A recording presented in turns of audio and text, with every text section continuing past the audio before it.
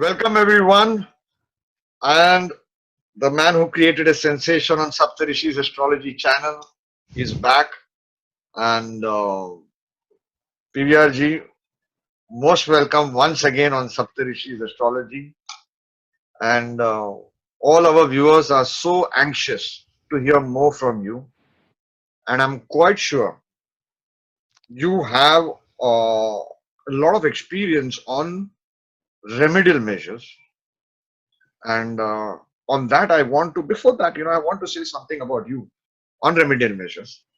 I still remember 10, 12 years back in the Yahoo groups you used to announce that I'm reciting 108 times Hanuman Chalisa. Those who want to give sankalp, so they can email you. So they used to email you their names, Gotra, Nakshatra, Rashi. Yeah. So that is something only you have done. I still remember. And you did that several times. Several times you did it. For Lakshmi Ma, for Hanumanji, and Durga Mars, Shani, yeah. Mars, I remember, Durga Saptashati and all that. So I wish others could. Do you still do that? Do you still announce that? No, I stopped doing, whether for me or for somebody else, I stopped doing any ritual with a sankalpa in mind, basically. Oh, Whenever I say for the pleasure of Hanuman, for the pleasure of Durga, for the pleasure of Chandi, for the pleasure of Tara, like that. It's basically for the pleasure of God, and who they want to give result, which result is up to them. I don't really try to intervene. you've gone way ahead than all of us. All of us, you've gone way ahead. I'm so happy people can hear you saying this. You know how many of us? I used to always say, PVRG, realize how small a man I am. We go to temples, churches, etc. The first thing we do is you get only 5 minutes to pray, because Yeah. big temples, there's a lot of rush, people are pushing you out. So, first thing we do is we keep on asking God, take care of my parents, their health, my child, my wife, give me more money, give me good success. We are only asking. Once, I think it was 4, 5 years back or something, it just thought came to me. I was looking at the statue, the deity, and I said, how are you? That's when I realized I've never asked him how he is. He might be stressed. He might be fed up with everybody just asking. And nobody's asking even, what can I give you? Forget that. Just asking, how are you? I realize how small a man I am. So the stage is yours. I mean, I'm so happy Okay. to have you. Remedial measures. How do you do it? What should we do? What should we not do? Okay. Easy ones, tough ones. Yeah. If you can advise something in general or specific for certain areas, if you want, stage is Yeah. yours. Okay, so I will discuss various aspects relating to remedial measures now. First, let's discuss who should do the remedial measure. Does the person need to do it himself, or his wife, father, son? Can anybody do? Or how about just hiring a priest to do it for you? So there are obviously a lot of options. I just want to quote one authority on that. The Smritis, the Dharmasastras, there are many of those. And even though a lot of people use Manusmriti, the Shastras clearly say that Manu is the authority for Dharmasastra in the Satya Yuga, in the Krita Yuga. Whereas for Treta Yuga, it was Gautama. So there are different authorities depending on the Yuga. For Kali Yuga, the authority for all Dharmasastra matters is Parasara Maharshi. Maharshi Parasara, who wrote not only Brihat Parasara Horasastram, but also Vishnu Purana and several other Puranas. He is the father of Vedavyasa. So he is the authority in Kali Yuga for Dharmasastra, for inscriptions on what is right, what is wrong, how things should be done. And there is a classic called Parasara Madhaviyam, which gives lot of instructions on dharmic matters. And it very clearly says, compared to a priest doing a ritual for you, whether it's a homa or japa or any ritual or just a puja, compared to a priest doing a ritual in somebody's name, his own Sishya doing it is 100 times more powerful. And compared to his own Sishya doing it, the person's son, direct son, himself doing it in the father's name is 100 times more powerful. And compared Than to the that, previous one. Than the previous yeah, one. than the previous one. So compared to priest, Shishya is 100 times more powerful.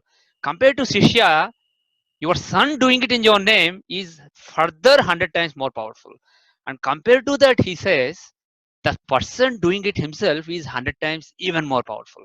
In other words, compared to a priest doing something in your name, you yourself doing it is 100 times, 100 times, 100.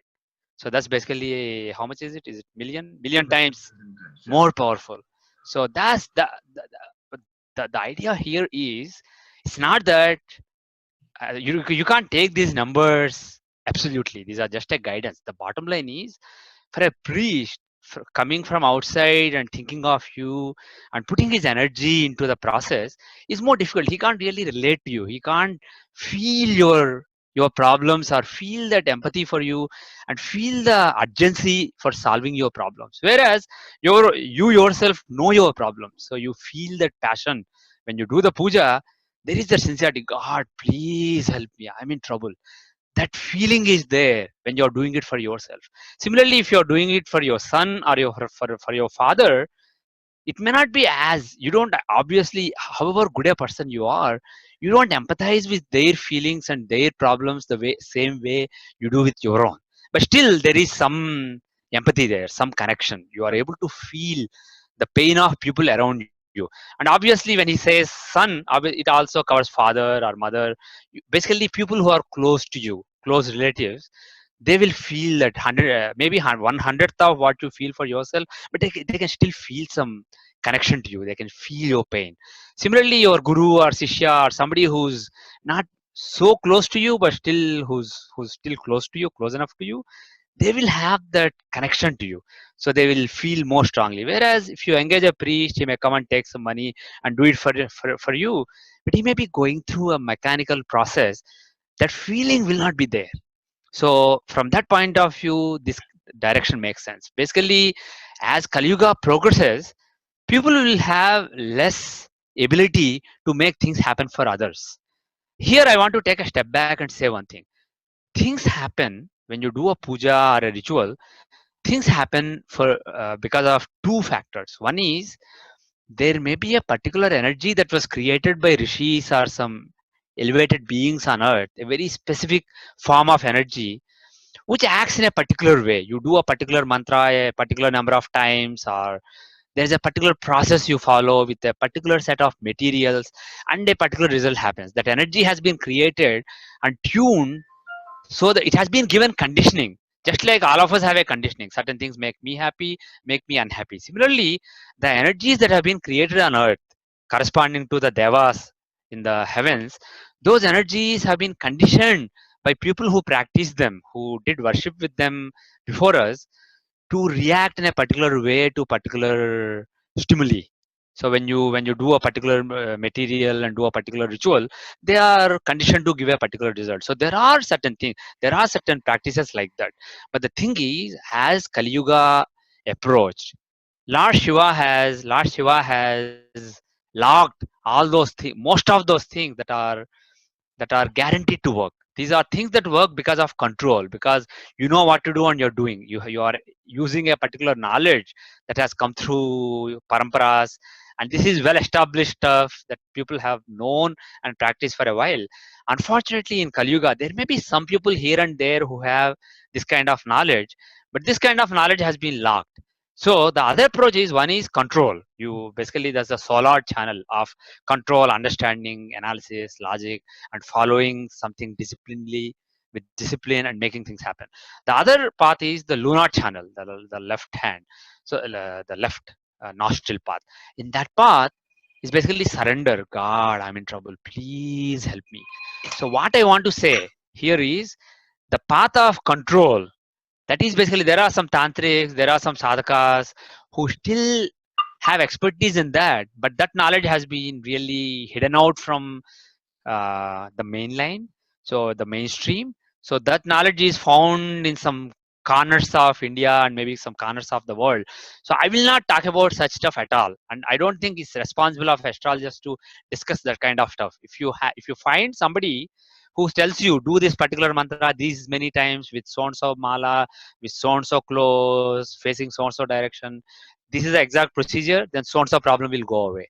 If they tell you that, and if you have faith in that person, do it. But the thing is, we are not talking about that. That kind of stuff is for all practical purposes has been eliminated from the world in Kali Yuga.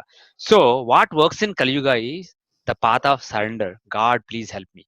So for that, the intensity of emotion, the feeling has to be there very strongly. So from that point of view, Parasara's guideline makes very good logical sense, because when you're doing it for yourself, obviously you have the highest attachment to the particular result. In other words, let me put it this way: whenever you are doing any prayer, if you get a result, it is because of a confluence of intention to make something happen. The desire, basically, that there should be a desire, a force behind what you are asking, and then there has to be effort. Basically, you have to spend enough time trying to convince God, trying to pray to God. So when there is a confluence between effort and then intention, then things happen. And that intention is not really strong when somebody else is casually doing for you. He takes $100, $1,000 from you, and as a particular ritual, the same level of intention, the force of intention is not there. But exceptions are, if you find a really good priest who you believe is very sincere and who's very compassionate, very empathetic to your needs and your life, obviously you can trust that person more, and perhaps instead of you doing it, you can rely on that person. Similarly, if there's a father or mother or maybe even an uncle or aunt who's really attached to you, or even somebody not related to you, just a friend, he may be so attached to you for whatever reason, because there is a karmic connection, there is a rana, that person may really feel that force for you. Now uh, you have answered something, because everybody's going to ask these questions and you've answered them. I would like to just share something from your state in USA. Uh, mhm, there is a lady called Lavanya.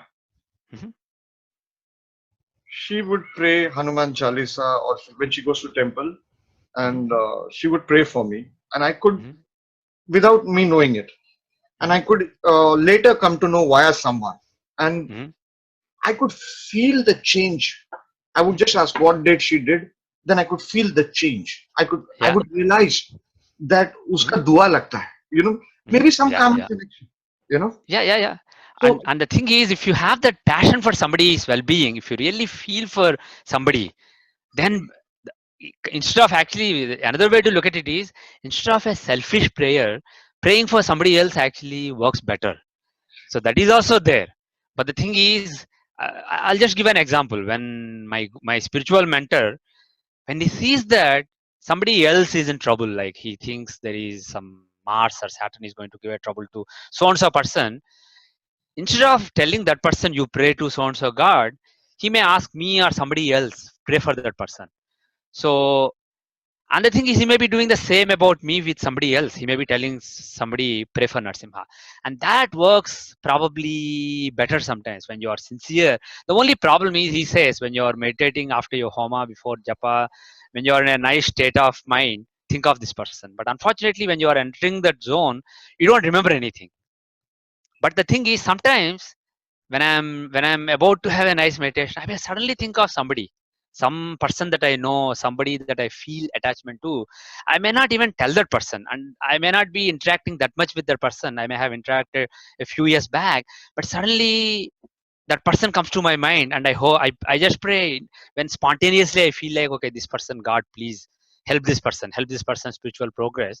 And the thing is, the thing you have to remember when you do this kind of things, being spontaneous, flowing with, listening to your heart, and going with that is the best strategy. And the most important thing is, there's no need to tell the person. Later, suppose that person says, oh, yesterday this happened to me or that happened to me, don't relate. Connect the dots and say, oh, you remember yesterday I had this thought when I was in a nice state of meditation. If you tell the person, oh, I did it, it becomes really, really binding to you. yeah, So don't do that. But so taking a step back, if you feel an intention to pray for somebody who's in trouble, or maybe not in trouble, but you just feel like this person need to make progress spiritually or go to the next level, if you feel like praying for somebody's spiritual or material well-being, there's nothing wrong in asking for it. But the thing is, just ask God. God, I wish this person can be helped, but this is just my thought. You take care of it. You decide whether this is the right thing or not. See, Gorakshanath, who's one of the Navanathas and Shishya of Matsyendranath, he said once, if you if you don't ask, you get milk. If you ask, you get water. If you try to snatch it away, you get blood. So the idea is, if you don't specifically ask anything, when you do a ritual or puja, just say, God, do whatever makes sense, whatever is the best. You are the best judge. That is basically the ideal approach. And if you want, God, I think this particular thing that is happening at my work is bothering me. I wish there can be some relief, but I don't know what is good. You please take care of it. Or let's say there is so and so person that seems to be kind of stuck right now. I wish he could make some progress. That will be good, but I don't know if that is really the right thing or not. You are the best judge. Please look into it. So that approach basically is, you're not saying I must have this. You're just saying, this is what I'm thinking, this is on my mind. There's no need to pretend when your mind still has some desires, still feels like this may be good, this may not be good. When there is that conditioning in your mind that sees some things as perhaps desirable, some things as perhaps undesirable, to pretend that you don't have any such conditioning and, oh, all is God, all is self, I don't care what happens, there's no point in that. So you can acknowledge the fact that my mind sees this particular thing as something that will be good to happen, but I don't know if that's really the case, because you may wish spiritual progress on somebody, but he may have some nice experience, and it may make him feel like, oh, this world is temporary, and then go in a different path. But that may ruin a lot of things for people around him, and it may not be the right time. Maybe if and later the person may get disillusioned as a result of something happening too early. Like, just to give an analogy, if a kid starts walking before his muscles in the legs are developed fully, his leg muscles may be permanently damaged, and he may have a disease later on. So instead, if he crawls for a little longer and walks at the right time, he will walk better. So, like this, you don't know what is the right. But the thing is, there is some thought in your mind, whether about yourself or other people that you are attached to. So, express it to God that there's nothing adharmic in it. But just express, this is what I'm thinking, but God, you are the best judge. I leave it to you. You do whatever makes sense to you. And eventually, you may reach a state where you don't even do that. You say, God, you know what to do. You do the right thing. The thing is, if a child wants chocolate, if he says, Mom, I want chocolate, can you give it to me? If the mom doesn't give, maybe she has a reason. Maybe eating that chocolate is bad for you. Maybe you have a stomachache, and having that chocolate is going to make the stomachache worse. So having that approach with God is really good. And the other thing that I mentioned earlier, using some siddha mantras, which are for some siddha, some specific forms of lower level deities, these siddha mantras will give you results, specific results as given in scriptures, which are purposely coded or corrupted in before Kali Yuga started. If you do those rituals, this is kind of like you're demanding and snatching things. And some really high caliber sadhakas also do that. But 99% people who do engage in these sadhanas, they have no clue. They are kind of doing what Gorakhnath said as snatching things away. So they're basically, they are going to get blood eventually. It's like you are getting some specific result now, but you are engaged, you are creating new karma for you. You will pay for it at a later time. And one more thing is, when you pray for either yourself or others, if you make things happen by force, by using a specific practice that you know, you will have to pay for it later. Whereas if you just pray, God, please help me, I'm in trouble, you are not really, you are leaving it to God. You are leaving the choice to God. So God will give you the result if it is really the right thing to do at that time. So God will optimize results for you. You don't have to worry about whether you're optimizing your karmic pipeline. So one thing I really recommend when you're doing any remedial measure is, don't expect specific results. Even if somebody says, even if, for example, a Purana Parashruti of a prayer in Purana says you do this for 21 Wednesday so many times, so and so result comes, don't expect that that will actually happen. As a matter of fact, it doesn't most often happen. It happens, you will get some benefit, but you may not get the benefit that you are expecting. But the thing is, the scriptures entice you with all these phalashrutis. In old days, there were specific practices which actually made those phalashrutis possible.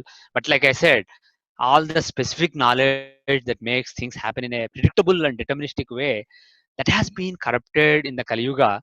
So things don't happen that way. And there is one more thing you have to remember: the effort has to be commensurate with the burden that you're carrying. Suppose the karmic burden on my shoulders is very heavy. I will need heavy sadhana. If I just say Om Namah Shivaya 5 times or 108 times just for 3-4 minutes, and I expect all my problems to be solved, then there won't be any problems in the world. The thing is, you have to remember what kind of karmas you have done. Suppose I have a stone here. If I have to push it, I can just push it with my hand and it will move. Suppose I have a big rock. I need little more force. Suppose there's a big boulder, then I need probably a machine. Suppose there's a big hill, small hill. I can't even use a machine. I need maybe a bigger force for that. So depending on what the obstacle is, the force that you have to apply has to be commensurate. Similarly, when you're doing sadhana with any mantra, the effort that you're putting in has to be really commensurate with the burden that you're carrying. And unfortunately, however proud we astrologers may feel, we are not really good at judging the intensity of the karmas that somebody is carrying. Depending on the yogas, bad yogas in the chart, and depending on the strength of the intensity of the afflictions, we can kind of say in this case there are really bad afflictions. These are really bad karma, very difficult to overcome. Maybe in some other case there is a minor affliction. So the problem that the person is facing is simply because there is Saturn with the 10th lord. So just bit of worship of Saturn may be enough. Like that, we can make some judgments depending on the strength of the afflictions and strength of the bad yogas. But it doesn't. We are not really. Our knowledge is not perfect. So you have to assume the worst instead of assuming that, oh, my problem is very small, I just pray 5 minutes every day, it will be solved. Instead, assume that your problem is really intense and engage in more sadhana. In general, my thumb rule is, if you spend like half hour or an hour every day in sadhana, whether it's meditation or just doing a puja, a shortsopchar puja or panchopchar puja as a homa, you spend half hour or 1 hour ideally, or at least half hour. Then basically, because the thing is, when you are engaging in a practice, your mind is distracted and thinking of various things. So by the time you really get into it and you are flowing with that practice, it will be a while. Until you do it for a good enough time, you won't really fully be established in that. So that's why I say at least half hour or hour on a particular mantra or a particular procedure is really needed. And one more thing is, if somebody is, hi Phyllis, Hi, Phyllis. Welcome, welcome. Hello. welcome. Sorry.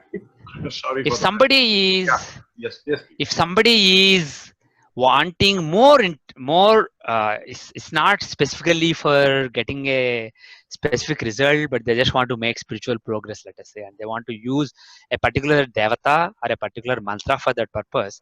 One thumb rule given in the shastras is, you have to do at least 1 lakh times. Until you do at least 1 lakh times, the mantra won't really become yours. In other words, it won't become common sense to you, it won't become imbibed in your nervous system.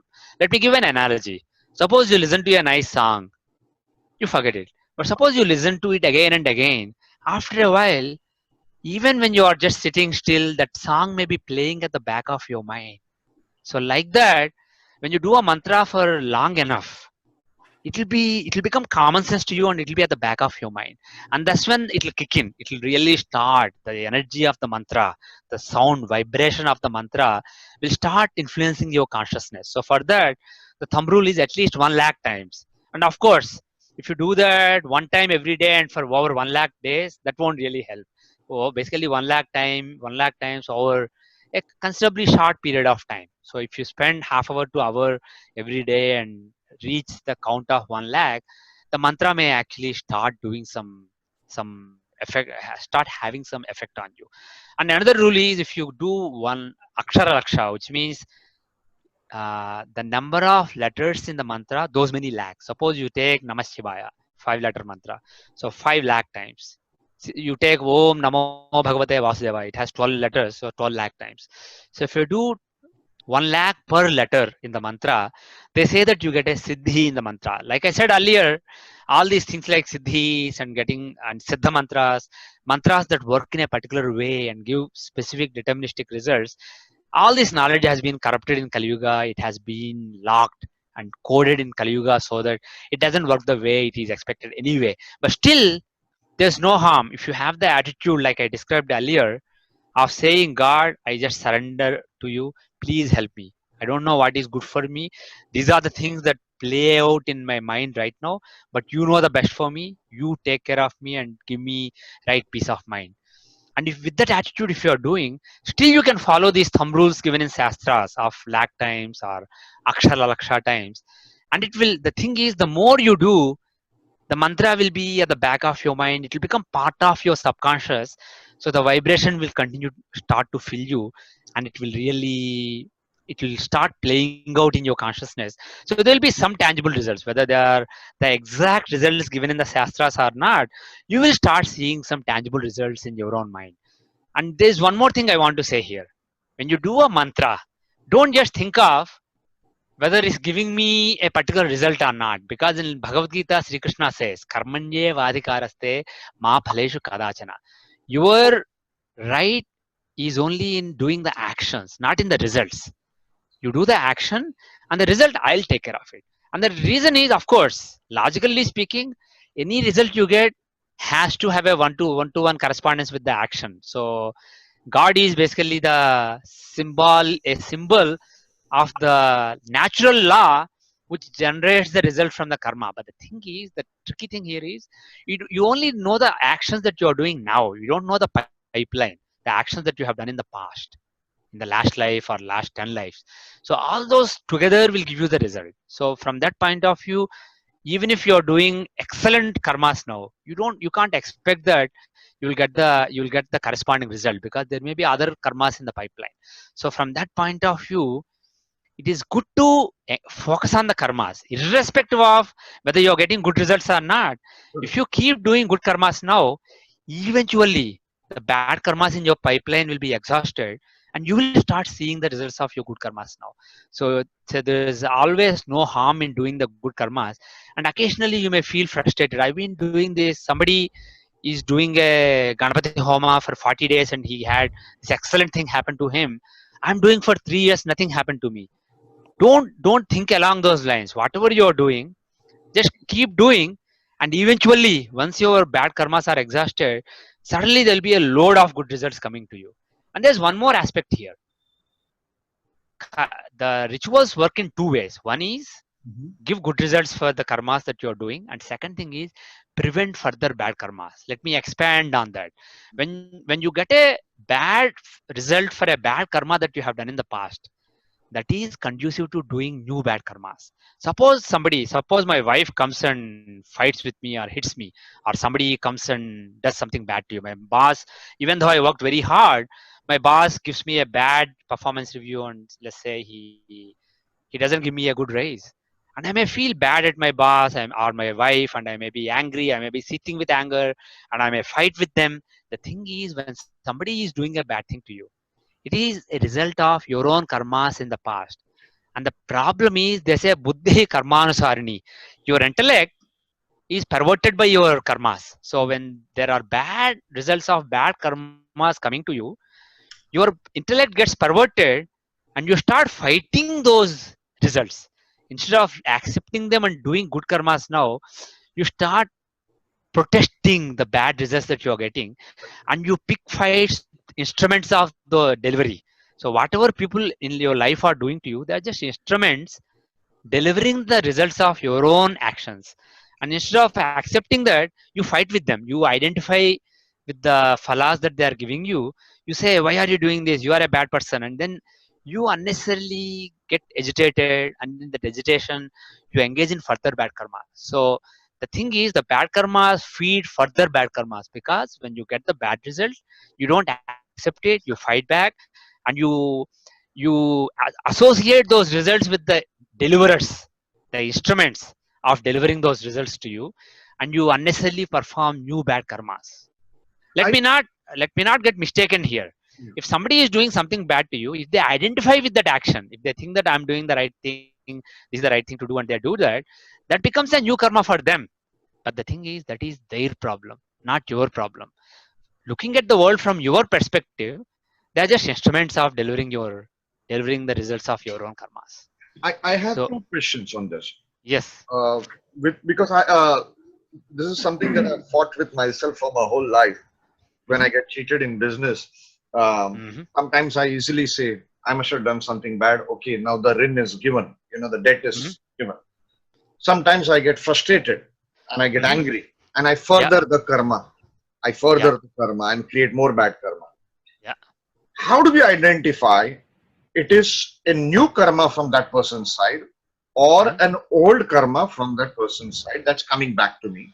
For example, Hmm. how would Arjun of Mahabharata Hmm. decide that he should pick up the arrow and fight with the Kauravas, Hmm. or the Kauravas, he probably owed the Kauravas the kingdom and they should Hmm. take it away.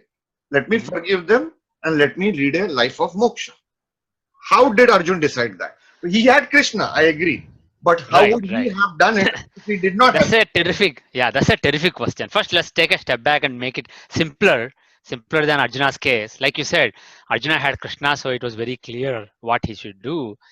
And even we have Krishna. The only thing is the Krishna inside us is basically a voice in our heart, the what we call as conscience. So that voice that is telling you this is the right thing to do, this is why you should do it.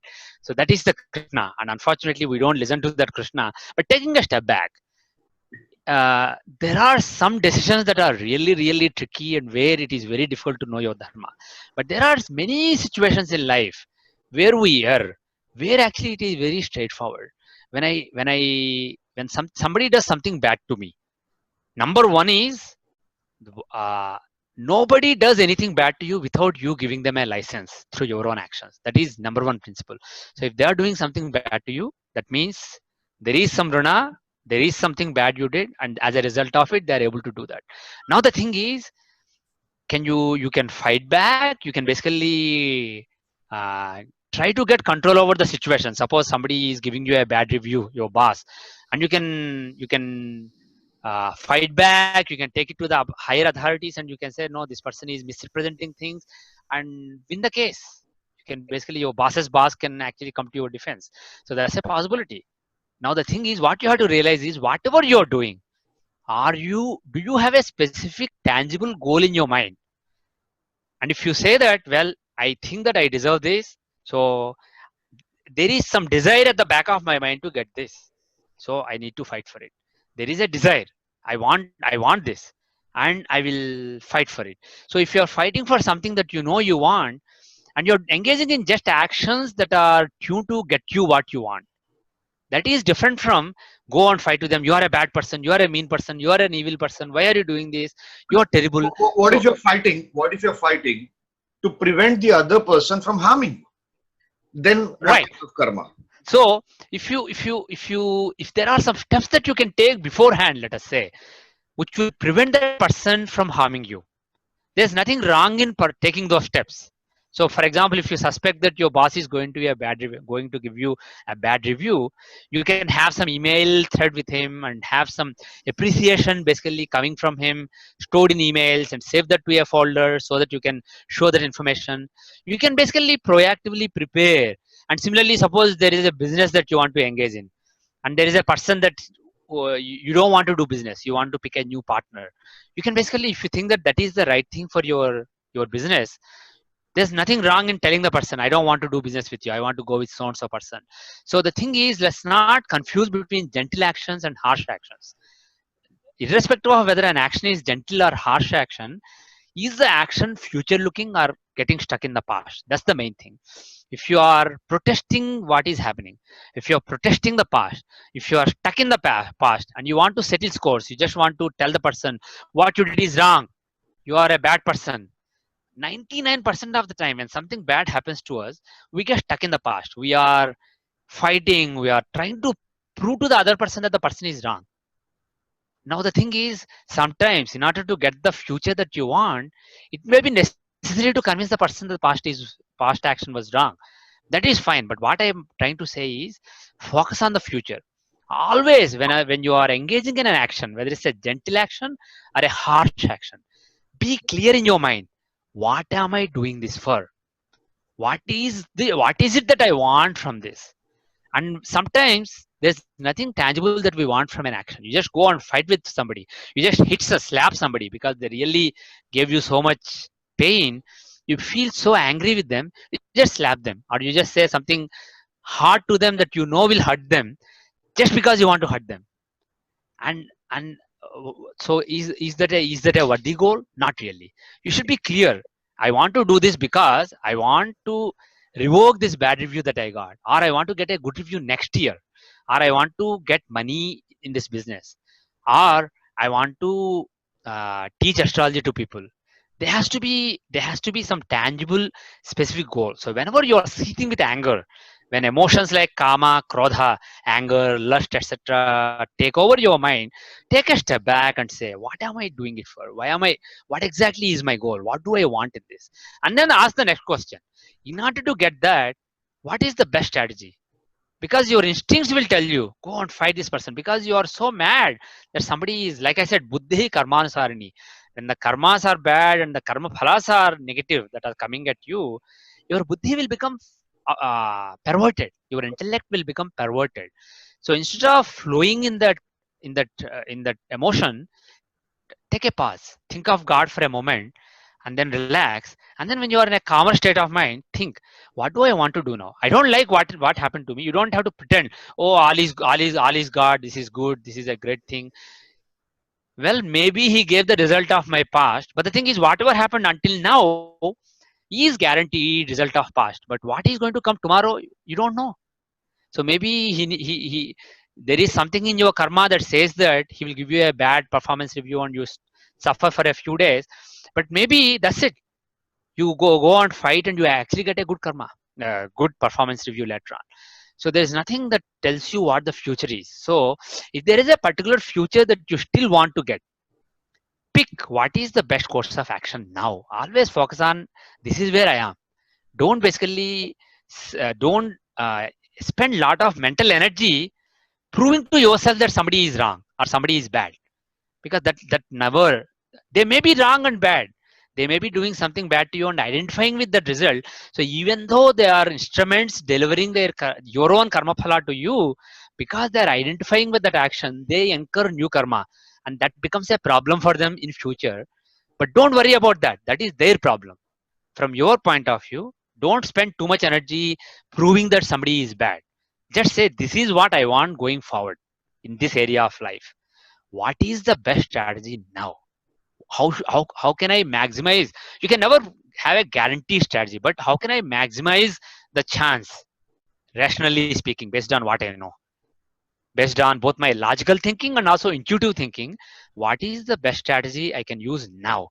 And once you know what it is, impassionately implement it.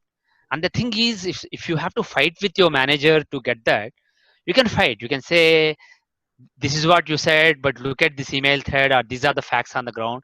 You can basically say all those things, but without anger in your heart for that person, without seething with anger or negative emotions for that person. Don't know exactly what he's thinking and why is he doing it, but not my problem. Let me not worry about it. What do I need to do in order to solve the problem? So if you become problem solving oriented, you try to figure out what is the right thing to do to get what you want to get. That basically positions you in the best possible manner to get what you want to get. And this is where sadhana will help. When you are doing sadhana, when something bad happens, you take a step back, you unwind instead of flowing with that emotion and committing new karmas.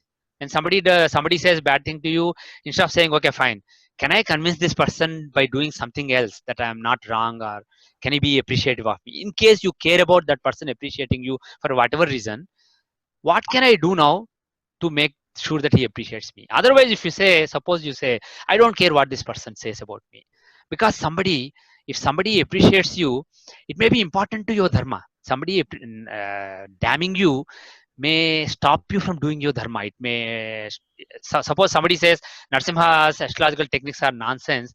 He's basically corrupting the astrological world. And I may say I don't care, but the thing is maybe this person is an influential person, and so basically nobody, let's say, follows my whatever researches I am coming up with. So that may prevent my dharma, in which case I have to do something about it. But I won't solve that by cursing that person in my mind or seething with anger. I have to figure out what I should do to convince that person, or I have to find a different way. Okay, that person will never be convinced, so let me find some other channel. So, or let me just say, oh, I don't really care what the world thinks. I'm just putting it out there. There'll be one person who will accept it, and maybe 100 years later it will catch on. So I have to know exactly what I want, and once I know what I want, I have to figure out how I can get there. You understand what I'm saying? I understand that. So, Still, the so this question is the, yeah, coming to Arjuna. yeah. So the thing Duryodhana is, in the case of Arjuna, if he, yeah, was in the case a of new Arjuna, karma or a previous life karma. see, the thing is the fact that they took away Arjuna's Dharmaraja's kingdom, the fact that they were destined to be without their kingdom for 12 plus 1 years, those 13 years. Obviously, that is a result of their own actions. That is something that was in their destiny, right? Whatever happened. But the thing is, at that moment, there's no way Arjuna could have known for sure whether it was also in their karma phala to not have that kingdom at all and just go to forest and live there the whole life, or enjoy some kingdom for the remaining life. There It, is no way he could have known that. it can be in a previous life. I'm just saying hypothetically. In a Yeah, previous life, Arjuna and the Pandavas had cheated the Kauravas right, of their kingdom for 13 years and they right, got it back. Can't right. it be that kind of situation also? It can be. It can be. Whether it's Kauravas or somebody else, don't know exactly what karma they did which resulted in that, but there was some karma for which having the kingdom stolen for 12 plus 1 years, 13 years was definitely in their destiny. Now what I'm saying is whether it was also in their destiny to not have the kingdom at all, to basically for the remaining their life not have the kingdom, or whether it's in their destiny to fight a big war, win the kingdom back, and enjoy it for a few years. That's future. Future can never be known for sure. But the past, whatever has happened, is definitely in your karma phala. It is basically destiny. So accept the past, but as far as future is concerned, you don't know what it is. And the only clue God has given to finding the future, apart from access to a good astrologer, is there is a voice in your heart that says, suppose the voice in Dharmaraja or Arjuna's heart told them, well, you don't care about it. Just be a sannyasi, renounce all this, spend your remaining life in forest, and then that's it, basically. Suppose he really felt that from the bottom of his heart, maybe that's the right thing to do. But the thing is, see, people like Vivekananda, Shivananda, etc., Ramakrishna, they did not chase anything. And they basically gave up everything and they lived renounced lives. So if you really feel in your heart to lead such a life, do that. But the thing is, suppose it is in your karma to lose something and then have a big fight and get it back, there's no escape from it. You have to do that. So that is why I say, ask yourself, what do you want? When you are in anger, you are not clear about what you want. But when you do some prayer, when you spend an hour in a meditation, and all that anger has subsided away, you take a step back and say, what do I want? I got a bad review. Should I accept it and move on, or should I fight and try to reverse that review and maybe try to get a promotion? What do I want? So you basically, with a calm mind, when you think, your heart will tell you, I want this. So if there is a desire to get a particular thing, there's no need to pretend that you don't need anything. There's no need to pretend that I am realized and I don't need anything. I'm already in bliss. I don't need, I'm complete. That's what Vedanta says, right? You are complete. You don't need anything. But depending on your conditioning, there are some things that you need. So depending on Arjuna's conditioning, he needed to fight a big war and destroy all these people. And one more thing is, sometimes you may not need something, but the world may need from you. For larger dharma, the world may need, because at that time there was a lot of weight on earth and that had to be reduced. So for that, a big war had to be waged, and these were the right warriors for waging that war. So if that is the case, again, the whole world is in your heart. The voice in your heart is not just your own conditioning, it is basically the Paramatma inside you. So that tells you your right dharma. So the only problem is that voice is drowned in the voice of your own conditioning, and that conditioning is flowing with all your emotions like anger, lust, greed, etc. So that is why I said, whether when you do rituals, when you do remedial measures, whether or not they work, they are giving the intended result, they create the right frame of mind to take the right decisions now, instead of sitting with anger for a whole day. Suppose somebody does something bad to you, normal course of action is you say, oh, this person is mad, this person is bad, terrible person, why did he do that, he has no reason to do this, what a terrible person. And then there is something inside you saying, no, don't waste your time, boss. But you say, no, no, no, no, no, he's wrong, he's wrong, he's wrong. You keep protesting. So the voice of reason, the voice of conscience inside you, and this voice of conditioning, there is a big tussle between them.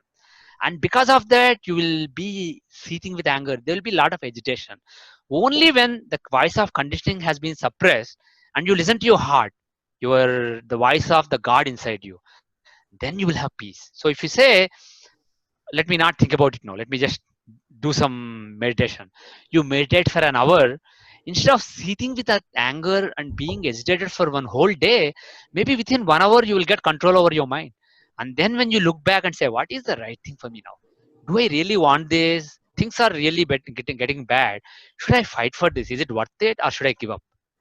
Then if something tells you from your heart, no, no, no, this is important, you have to fight for it, then you can do it impassionately. You can be object oriented, you can figure out, what do I want, what are the different ways to get it, what is the best way. And then you can, your actions can be more goal oriented, and the chance, the probability of success is maximized. So the another purpose of remedial measures, apart from solving your previous problems, is stopping you from creating new problems and enabling good decision making, creating the right frame of mind right now to make the right decisions. And there's one more thing I want to say. Now, I don't want to spend too many times on technicalities here, like which devata you should worship, etc. There are a lot of principles based on the horoscope. For example, suppose somebody is having career problems, you can see what are the main frictions in the on the 10th house or 10th lord, and are any of those being activated in dasha and transit now, and you can use those devatas. And there are further technicalities like the sixth house from Amatyakaraka being for career, Palana Devata, 12th house from Atmakaraka being the one who gives you liberation, the Ishta Devata, etc. All these techniques, the thing is, there's a lot of corruption. Basically, which divisional chart should you use? Should you see in the divisional chart or transpose it in the Rasi chart? So there are different opinions, and I don't believe we have perfect understanding. So instead of going by all those very fine technicalities, just use common sense. There is a career problem, 10th house. There is a marriage problem, 7th house. There is a child getting problem, 5th house. And see that in the relevant divisional chart. So 10th house in Dashamsa for career, 7th house in Navamsa for marriage, 5th house in Saptamsa for child. And see what are the forces on that house and Lord. And which of those are activated in the Dasha and transit. And if there is some problem right now, which is the likely one that is giving problem, and the devata corresponding to that planet you can worship. And these are all given in a lot of books. Suppose it's Mars, you do Narasimha or Hanuman or Subramanya, etc. And here one thing I want to say, some people basically they always go for certain kind of problems, Vishnu avataras, certain kind of things like Devi avataras, certain kind of things, some other thing, devatas like that. But the thing is, when you do a ritual, like I said earlier, you have to have some emotion there, you have to have some feeling there, you have to feel some connection to that devata, you have to feel that energy of the devata. So from that point of view, suppose you find it easy to connect with Subramanya, and somebody is telling you to worship Narsimha or Hanuman, maybe you should worship Subramanya. So, and one more thing is, suppose your horoscope says worship Mars, but actually you have so identify with Shiva, do Shiva, that's fine. No need to do one of the devatas associated with Mars, because even Shiva has forms that are Mars like. So every god, higher god, has forms that are imbibed with different energy. So it's not just in the name that you use or in the mantra, the thoughts that you have in the mind. So, the love for the and the connection. love that you have for the God. And one more thing is, don't fear God. God is not somebody to be feared. He's somebody to be loved. Sometimes he may be stern like a parent. If a mother says, no, you can't have the chocolate now, it's not because she hates you. She knows that this chocolate is bad for you. And if you, because you have a stomach ache or something, or you have the worms in your belly, so it's not good for you. So if you don't eat the chocolate, later she will give you a much better dessert when you're feeling better. So don't think that when God is not listening to you, he hates you or something. So don't fear God, love God. And when you do a ritual, be clear. God, please help me. This is what I want. I don't even know if this is the right thing for me, but right now, this is what I feel. I, Please either. sure. Yes, Sunil. So I want to go back to that question, to the shloka that you said about Lord Krishna, Yeah. Karmane Vadikaraste Mafalesh. Mafalesh Kadachana. Yes. So there, at that time, you had mentioned about the mantra and its effect, and then you quoted the shloka. Mhm. But I want to go back to a classic mantra Mahodaya. Yeah. Mantra Mahodadi. I think it is 16th century classic. Mhm. I can be wrong. In that, the procedure of how the mantra syllable as per the horoscope, Mhm.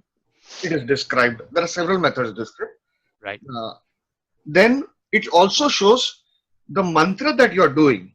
You're actually taking the energy from this particular house in your horoscope and deposit the seat of the mantra is in this house and Yeah. depositing it. The Right. result Right. of the mantra will deposit in so and so house. Right. Okay. It is there in Mantra Mahodadi, and even Sanjay Rathji has put Yeah. it Yeah. in Vedic Achyutananda Dasa's teachings also have that. Yeah. Yeah. So Right. it's an ancient classic Mantra Mahodadi. It's still available in Right. print. Yes. Yes. So that is a specific result you get out of every mantra. Mhm. You can make mantras 5 syllable, Yeah. so many syllables, depending Right. on the Right. theme. Yes. And Yes. here you have another instance where the Lord is telling Yeah. that the result is not in your hands. So how do Now. we? How do we? Now, yeah. Now the thing is, let me take a step back. This is a very, very important point, very subtle. I don't think I can do full justice, but I'll try to give a brief answer that may address this reasonably. The thing is, like I always like to say, there are two things: action and the result, the fruit. Action and the fruit. Fruit is not in your hands. It is the prerogative of the Lord. But action is in your hands, and it is your sacred duty. You have to do the right action. So as long as you are aware that there is a particular result that you aim for, you want to get a child, you are childless and you want to get a child, or you are not married and you want to get married, or there are marital troubles and you want to get solve those, or you want to build a temple, whatever you want dharmically, your dharmic goals, achieving those, there's nothing wrong in it. So there is a desired result, and you devise the right action for getting those devised result, the desired result. So devise the right course of action to get the desired result, and that is a sacred duty. You can't say, oh, I'm a detached person, I don't care. No, you care. There's something at the back of your mind, so you care. So you figure out what is the right thing to do now to get that. So suppose I care for my video to appear on Saptarishis Astrology YouTube channel, I can't be bad to Sunil. I have to be nice. I'm just giving an example. But depending on what you want, something that you see as your dharma, this is something I need to do, whether for yourself or your family or the society at large. There is something that you want. So for that, devise the right course of action and do your best. And for that, rishis have given various guidelines like picking the right mantra, picking the right devata, etc. So all this knowledge is at your disposal. And unfortunately, the more you know, the more bound you are, because you have to follow the damn thing then, if you know. So use the knowledge to the best of your action and decide what to do. But the tricky thing is, once you do it, you don't know what else is in the pipeline, which is combining with what you're doing now and giving the result. And moreover, all these rules are not perfectly understood in Kali Yuga. There are a lot of ifs and buts. These are just the philosophy, and the actual application requires a lot of intelligence, which we don't have. You So, mentioned rules are not understood, and I want mm, to. You mentioned rules are not understood, and also uh, what kept on thing in my mind is what you said about Palan and Devta. Yeah. And I always think, the viewers of Saptarishis, if they get some simpler and greater tip or an astrological knowledge, because you have so much of experience, why you feel Palan Devta calculation is not correct as of now? Because it's such an Well, important thing for career. right. And Some well, people say, yeah, it's an important thing for career. Some people use the sixth house. Parashara did say sixth house from Karakamsa, right? So, from sorry, Atma, Amachakarka. Sixth house from Amachakarka is clear. But the thing is, either sixth house from Amachakarka and Navamsa, which is what, for example, Pandit Sanjay Rath does. Then for career, the chart is Dasyamsa. Should it be the sixth house from Amachakarka in Dasyamsa? And do you find the Karkas in Rasi chart, or do you use the longitudes in the divisional charts? Or do you take in the divisional chart that Amachakarka from the Rasi longitude, take it in the Dasyamsa, Navamsa, and transpose it in the Rasi chart and see? Because some people opine that these Amsas or see the position of that planet in the divisional chart and then transpose it in the Rasi chart and see who are in that sign in the Rasi chart. So there are a lot of opinions. So which all one do you these, follow? Which one do you hmm? follow? Which I one do don't you have follow? a, I haven't figured when it comes to things like Karakamsa, Amachakarka, Samsa, etc. I haven't made up my mind yet. My search still continues. So in a future video, I'll clarify this. I have 80% made up my mind, but I'm not sure. So I will keep quiet on that for now. But what I will suggest is simpler rules like 10th house being good important for career in Dasyamsa, 5th house in Dasyamsa being for success in career and recognition, promotion, etc. Fifth in the Saptamsa being for child. These are well established principles. So if you see some affliction in those areas and if you worship those devatas, that is definitely going to work for you. Okay, there is a question that, in fact, normally regarding mantras, and in fact, there was a different kind of post in under your video. I'll come to that. Part A of this is normally in India, we Mhm. the traditional normal village astrologers, they might Uh-huh. not have a parampara, but the Yeah, simpler ones, Phyllis, you can yeah, also join in. The simpler ones, they follow the fifth house is your mhm. Purva Punya. This was the Right. mantra that, and Parashar Rishi, BPHS chapter 11, shloka number Yeah, 5, yeah. is mantra fifth house. So Yeah. that Lord's mantra, is Mhm. what you follow. That is what normally the village astrologers or normal Right, astrologers right, do. So right, why right, can't, instead of going into the Palan Devta with so much of controversies right. as of now, Exactly. why wouldn't Now, astrologers advise just to do fifth lord or ninth lords? you can do that. If you do your fifth house and ninth house, they will trigger your Poropunya and they will show your right dharma to you. Fifth house is Poropunya, ninth house is dharma. But suppose you have a specific target like your career, you want to get started in your career or you want to get married. So the seventh house basically is for marriage. So if you see that there is an affliction in the seventh house, there is Mars in the seventh house in Navamsa and is Badhaka Lord. So let me worship somebody corresponding to Mars. And by the way, village astrologers and small town astrologers do this also. They don't always go by just the fifth house or ninth house. They just see they may not do it in the divisional chart, but in the Rasi chart, they see the correct house, the house for the specific thing that you are interested in, and they tell you to worship that devata, whoever is in that house or whoever owns that house or whoever is afflicting that house, worship that devata. And there are two things here. There may be a blessing or there may be a affliction. So if you see, for example, childbirth, there is some problem. So fifth house, see what are the afflictions there and what are the blessings. So whichever is being triggered right now in Gochar or transit or dashas, you can basically prefer that. So pick one of those, either the blessing or the problem problem planet there. And if you worship them, if you worship those planets, that will be really good to you. But one thing I will say always is, see, technicalities are always there, but given that this is Kali Yuga and every technicality has been kind of corrupted, instead of technicality, suppose you have a strong desire to worship a particular devata. Suppose somebody is attached to Krishna, forget about the chart, worship Krishna. And whatever your problem is, he can solve it. Similarly, suppose you are attached to Shiva, whatever your problem is, he can solve. So just say, God, I'm thinking about children. Please solve my problem. He will either solve and you worship Shiva. He will either give you children or he will create a state of mind where children don't matter to you. So either one way or the other, he will solve your problem. So if you know who you are attached to, you are lucky, because don't rely on us stupid astrologers, because there is a voice in your heart telling you this devata worship. So in those cases, I strongly recommend prefer those devatas. Listen to your heart. That is better than any astrologer. But having said that, if there is an astrologer or a priest that you have lot of belief in, faith in, they tell you to worship a particular devata, go ahead with it, because if the person has a desire to help you, so in that advice, the desire, the force of the desire is there. So there is some karmic force in that advice. So when you follow that advice, that force will be with you. So when you have faith in somebody and somebody is a nice priest or astrologer, listen to them. Forget about all these stupid technicalities. I'm sorry, I want to butt in here. You said a Yeah. nice priest, nice astrologer. I've been dying to ask you this question, and I can be wrong if I quote Rig Veda. I think in the first chapter of Rig Veda, or somewhere I read long time back, many years back, so my memory is really bad. Is the puja done by a good human being, Pandit, good human being, you know, is effective? Means it was something like only that is effective. What is your take on it? A good human being, Pandit, who's nice, kind, compassionate, not doing it just for the sake of money or for the sake of big fat dashina.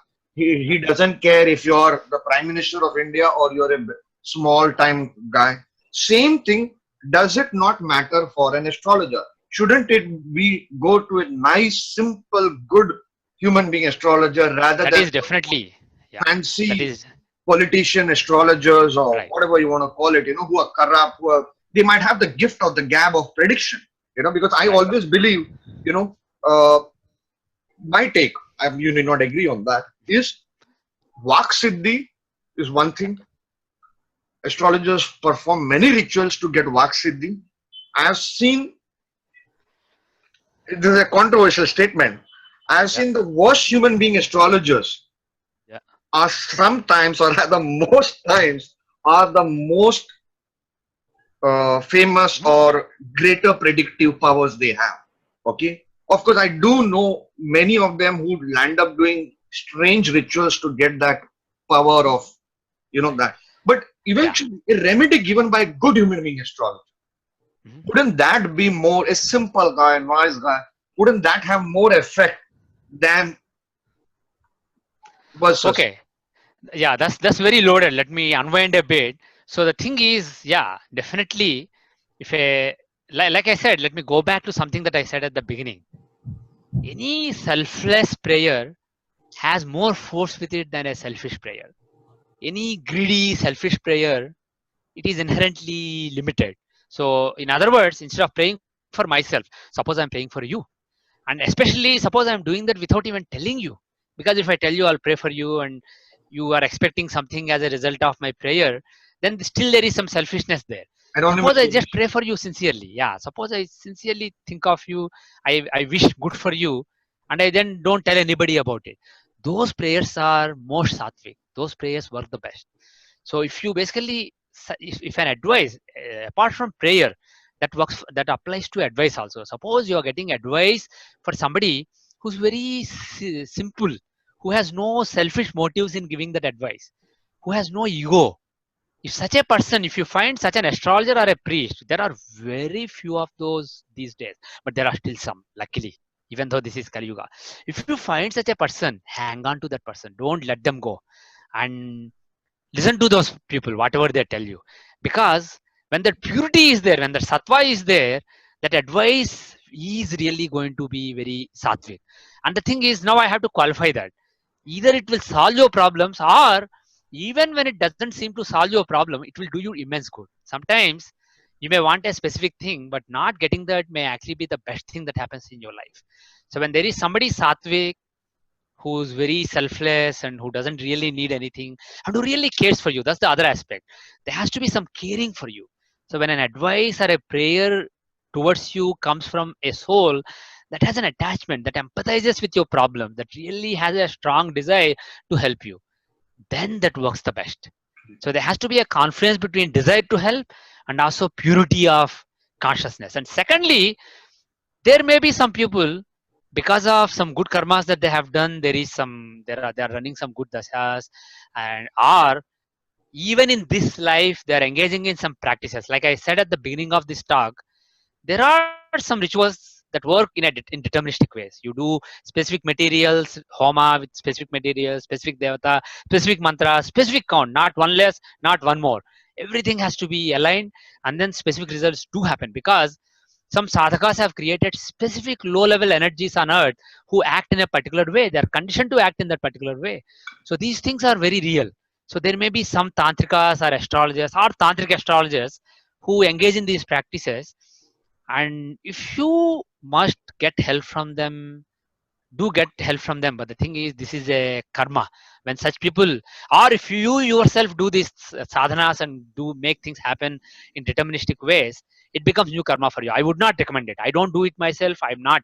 Even if somebody wants me to wants to teach me something like this, I keep away from these things.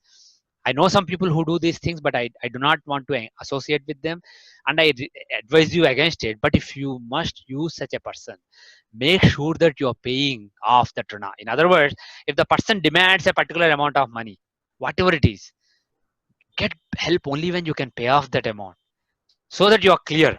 And it is good that you are paying that person. You are not getting it free from that person. So make sure that your transactions with such a person are clear. So there are such people, but the thing is, 99.99% of people who advertise themselves in this age on the internet, they claim to basically make things happen, but they are not capable. So I recommend, my number one recommendation will be, if you know somebody who's really pure and sincere, get help from them. Otherwise, do it yourself. That is the best way. And for that, you can either use the rules, or you can listen to the advice of somebody that you can trust, or you can use the rules as you understand, as best as you understand. But at the end, technicalities only matter 1%. Have that sincerity, have that feeling. Tell God, and be, don't be like, I need this result, God. Be like, God, this is what I think I need, but I don't know what is really good for me. Please guide me. With that attitude, do it sincerely and do it for a good enough time. You said technicalities matter only 1%. It's so important because you know me, I've been born a Christian and I follow Hinduism. Yeah. I always get scared if I'm doing something wrong, Right, you right, know. And right.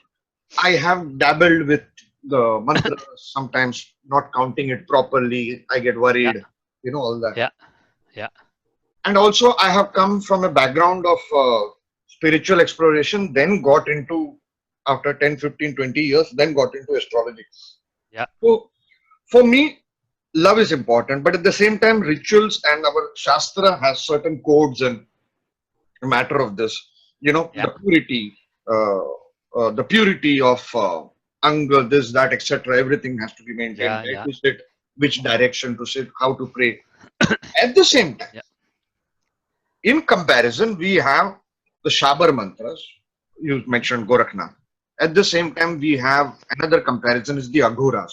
Okay, okay, where different kind of things happen. So my question is, a common man today who yeah, is watching this video yeah, and he is asking a question to you, sir, in so and so classical text, it is written daily 10 malas or yeah, 5 malas or so and so. yeah, Okay, yeah. and if I don't do that, a problem will happen. Okay, let me answer that emphatically. The thing is, like I said at the beginning of this session, there are two aspects, two types of sadhanas. One is sadhana where you are getting a guaranteed result in a deterministic manner, and there you use specific materials, specific procedures, specific counts. Everything is very specific. But like I said, even when you find guidelines in shastras regarding such things, these are corrupted. Lord Shiva has coded or corrupted this knowledge intentionally at the beginning of Kali Yuga. So even though there are some tantrikas and some spiritual sadhakas who practice these kind of things, 99%, 99.99999% of what you see anywhere in books or internet is basically not going to work in a deterministic manner. So for all practical purposes, ignore that. that basically only if you find a guru or a tantrika who tells you do this particular way, this will happen, and you have faith in that person and engaged in that practice, then follow that. Otherwise, if you're just learning from a book or learning from internet or just trying to do things, remember that it's not going to work because of technicalities. It's going to work because of your devotion, and the mantra is just a proxy you're using for that. So if So I'm supposed to do one mala, okay, but I stop midway, yeah, that's fine. it's not going to harm me back. No problem, no problem. Only if you are specifically guided by somebody in a specific practice, and you take a sankalpa to make something happen. I want this particular result. You do specific practice only, and for such people, I don't guide them. I don't. This video is not for such people. Such people obviously have somebody specifically guiding them. So in those cases, this overrides it. Follow that person. How important? Otherwise, Okay, sorry. otherwise, so if you have somebody like that guiding you that you have faith in, follow that. But for all other people, 99.9999% common men who are watching this, my guidance is read the books, try to follow them as much as you can, but don't let the rules constrict you. The thing with rules is, see, sadhana works when there is a confluence between structure and spontaneity. There has to be some structure and there has to be some spontaneity. So without structure, if I just say do whatever you want, there'll be chaos. If I just say do whatever you feel like, you may do just half mala and you may get bored and you stop. So in the beginning, you have to push yourself. So you have to say, I'll do 2 malas or I'll do half hour. So you have to push yourself. So there has to be some structure. But the thing is, you have to use your right hand, or you have to do this particular mudra. If I say that, suppose you don't know it, you're always feeling, instead of relaxing when doing the sadhana, you're feeling pressure. Oh man, maybe I'm doing it wrong. Maybe my mudra is not this like this. It is wrong. Then Exactly. basically you're not feeling anything. You're not feeling anything. That's So the reason I the asked. technical perfection giving results does not apply to most of us. Forget about it. That is only for specific tantric paths. Totally forget about it. So whatever is given in the books, all the guidelines are for that path. So this is the path of making things happen, taking control and making things happen. And this path works with low level energies which are manifesting in the world, which have been created in the world. Forget about that. Try to try to reach the higher level deities and try to surrender to them, and try to basically make it happen through surrender rather than control. So in that path, all these technicalities don't matter. But at the same time, if I say no, don't have any rules, it will be basically free for all. So have some structure. There has to be enough structure. But the problem is, if it's too structured, it suffocates you. And if there isn't enough structure, there'll be chaos. You have to find the right balance between them. So that is why, if you look at, for example, the Homa manuals that we have created, there is enough structure, but this is, we haven't we have relaxed lot of rules that people follow for no, which doesn't really add much value. And you can basically start off your own with your own set of rules, or rules set by some guru that you follow. Start with minimum rules and make them so minimum that you are pushing yourself, but at the same time you are not pushing you too hard. See, the whole world runs on the balance between push and pull. The solar channel pushes you, is fire, and the lunar channel pulls you back. It is basically water. So one is like water, one is fire, one is day and one is night. So pullback is night and push is day. There has to be a balance between the right nostril and the left nostril, sympathetic nervous system and the parasympathetic nervous system. Push and pull have to be balanced. So you have to push yourself hard enough, but at the same time, not so much that you just basically crack under it. So find the right balance, and it can change from time to time. There can be some rules that you follow, and if they become constricting after a particular time, drop off those rules. In the end, you have to be spontaneous in the end, but don't start off with that. Start off with some rules. Okay. I have a question because this is a question that is often asked. I've seen over a period of years, so many people have asked it on the internet forums and all that. Is how important is Shuddhi as compared to, uh, a person? Can a person be under? Can a person walk and recite the mantra? Can a person drive and recite? Yeah. Can a person Yeah. smoke and recite the mantra? Can a person be in the washroom taking bath or whatever? Yeah. Just keep on going on and on and on. Will it create a problem? Can a person be under alcohol influence and keep on singing the name of God or reciting the mantra? You there is no harm in chanting God's name in any state of mind. Even if it's a mantra. Yeah, any mantra. The thing is, again, I will distinguish between the path of control, a path where you are taking control and making things happen deterministically, and the path of surrendering to the God and saying, God, please help me. So I will only talk about the second path. The first path, I will not talk about it publicly. And if you find somebody who can teach you that path, I tell you that there aren't any people who only want to sell that. There isn't anybody who's really good at that. But in case you find somebody good, you may follow that path. Otherwise, forget about it.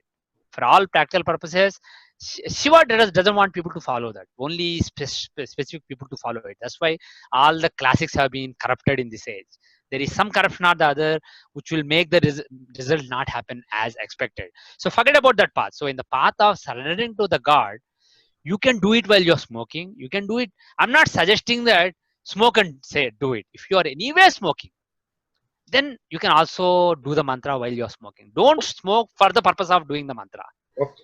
It is better to do the mantra without smoking. But if you are anywhere smoking, Only you Shankar can Maharaj chant the could do mantra. it. Shankar Yeah, Maharaj. you can still do it when you're smoking. You can do it when you are going, for example, when you are in the latrine, when you are going party. You can do it when you are It has having happened sex. to me. It You has can do it happened when to you me. are That's doing the alcohol. reason I'm asking.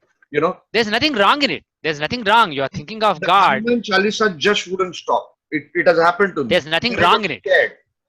Now the thing is, some rules are better followed, because if you don't follow them, there is some feeling of guilt in your mind. Suppose you are chanting a particular mantra when you are doing something impure, so-called impure activity. If you do the mantra, suppose there is a feeling of guilt in your mind, then the thing is, you do the mantra spontaneously, but that guilt will be eating you later on. So if that's the case, follow that. But what I tell people is, try to overcome that guilt. Follow the rule as long as you feel guilty of not following it, but eventually you have to get over that rule. You have to realize that there's nothing harmful in chanting God's name or any mantra of God while you're doing any activity, while you're eating, while you're sleeping, while you're urinating. There's nothing wrong. You can still do it. You can. And the thing is, the more you spend doing that mantra, it becomes part of your common sense. And then when something happens to you, instead of remembering a song or remembering some bad thought, that mantra will be ringing at the back of your mind, which is not a bad thing at all. So that is a really good thing. And one more thing is, when it comes to counts, people, instead of doing 108 times and saying, suppose I say, actually I see it when I go to a temple. Suppose they do a Sri Sukta Homam. It says if you do 16 times with ghee, you get so and so prosperity. So they do 16 times. The first 15 times they do Om Hiranyavarnam Harinim, like that they do. The 16th time they say Om Hiranyavarnam Harinim Suvarna Rajatasrajam Chandram. It's although they are like relieved, man, now just one more time, let's do it, relax. And the first 15 times they are like, man, I have a lot to do, let me rush.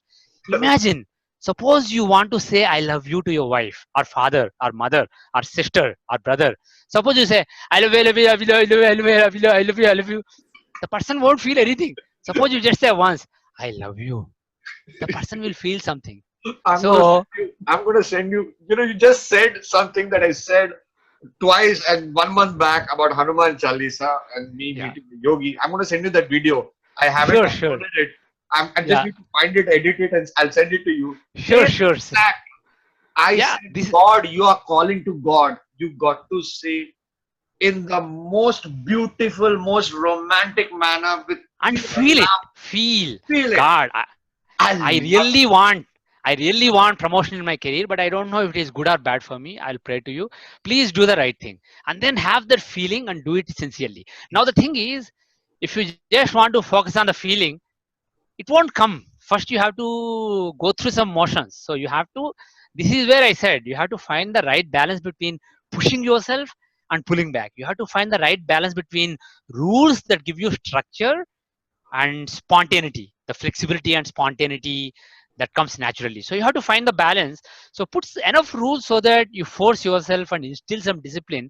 But remember that the goal is not to meet some count. This is not a marathon. This is not a race.